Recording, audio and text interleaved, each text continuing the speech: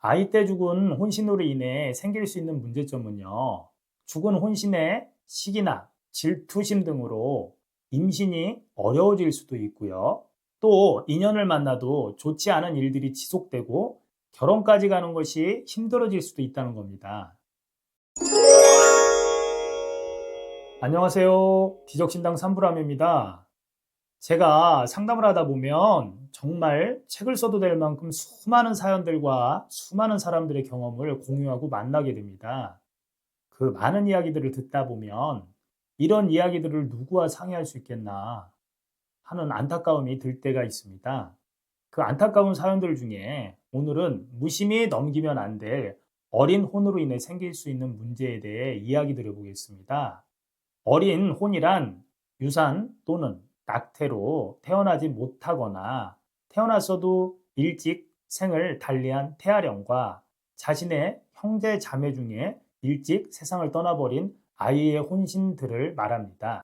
아이 때 죽은 혼신으로 인해 생길 수 있는 문제점은요, 죽은 혼신의 시기나 질투심 등으로 임신이 어려워질 수도 있고요.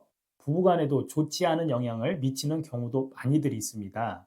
또 인연을 만나도 좋지 않은 일들이 지속되고 이별을 반복하게 되게 되고요. 결혼까지 가는 것이 힘들어질 수도 있다는 겁니다.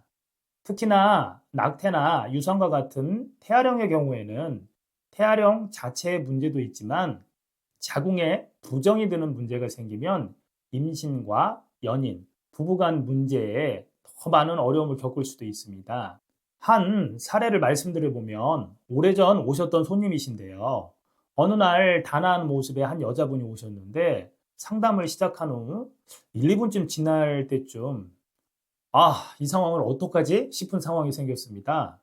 이분이 자꾸 전환에 올려져 있는 제 신령임전에 올려져 있는 사탕을 자꾸 내려달라고 하는 겁니다. 보니 태아령이 실려 있었습니다. 접신이 돼 있고 빙의가 돼 있었다는 표현이 맞는 것 같습니다. 저는 신령임전에 올려놓은 물건이니 함부로 내려줄 수 없다고 이야기를 해주었는데 눈물을 그렁거리며 글썽거리며 자꾸 애기짓을 하고 저 사탕은 어디서 구할 수 있고 어디서 살 수 있냐고 자꾸 저한테 묻는 겁니다. 상담은 뒷전이고 사탕에 꽂혀 있으셨어요. 조금 진정을 시키고 그분에게 낙태나 유산이 된 적이 있냐고 물었습니다. 그분 말씀이 결혼하려던 남자친구와 그런 일이 있었다고 합니다.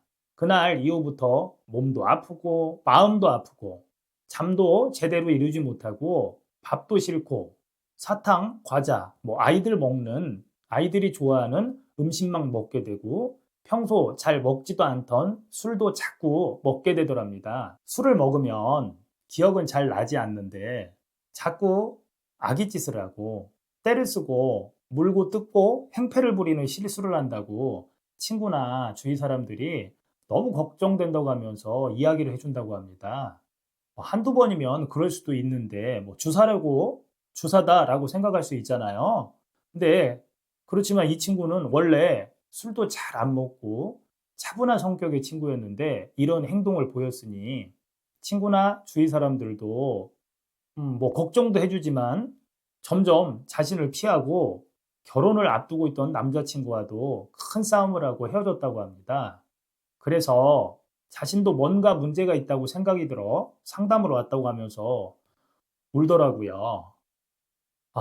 이분은 낙태 이후로 인생이 꼬이기 시작했는데요. 보통 태아령으로 인해 생기는 문제들은 한두 가지 정도 겪는 분들도 개중에 있습니다. 하지만 이분은 태아령으로 생길 수 있는 총체적인 문제들을 겪고 계셨던 경우입니다. 참 무당이 아니면 설명할 수도 없고요. 해결할 수도 없는 안타까운 문제라고 생각합니다. 보통은 어른들이 돌아가셔서 한도 많고 원도 많아서 자손들이 잘 안 풀리는 집들도 많이 있는 경우가 있지만 그런 문제와 상황과 차원이 조금은 틀려지는 문제이기도 합니다. 태아령과 아이들 혼신이 영향을 주기 시작하면 참 아이는 아이구나라고 생각할 정도로 정말 앞뒤 좌우 없는 여러 상황들이 순간적으로 벌어지는 일들이 많이 있습니다. 어른들이 돌아가셔서 원이 되고 한이 되신 망제님들은 영체가 그래도 어른이다 보니 조금은 여유를 두시는데요. 태아령과 아이온신들은 어떤 게 흑과 백인지 어떤 게 성과학인지 구별과 인식을 못하는 말 그대로 순수한 영혼이다 보니 그냥 백지예요. 굉장히 치명적인 상황이나 극단적인 일들도 많이 생기거나 만들어지기도 합니다. 참 전설의 고향 같은 이야기라 생각하시는 분들도 계실 테고 이런 일이 정말 있을까 하시는 분들도 계실 겁니다. 하지만 지금도 유산으로 또는 자신의 선택으로 혹은 가족의 이별 등으로 인해 아이 혼신의 영향을 받아 문제가 생겨서 상담을 신청하시는 분들도 덜어 있습니다. 위의 경우처럼 눈에 띄는 문제들이 없다 해도 마음의 죄책감으로 힘겨워서 상담하시는 경우도 있고요. 본의 아니게 소중한 아이를 잃으신 아픔 때문에 힘든 시간을 보내시다.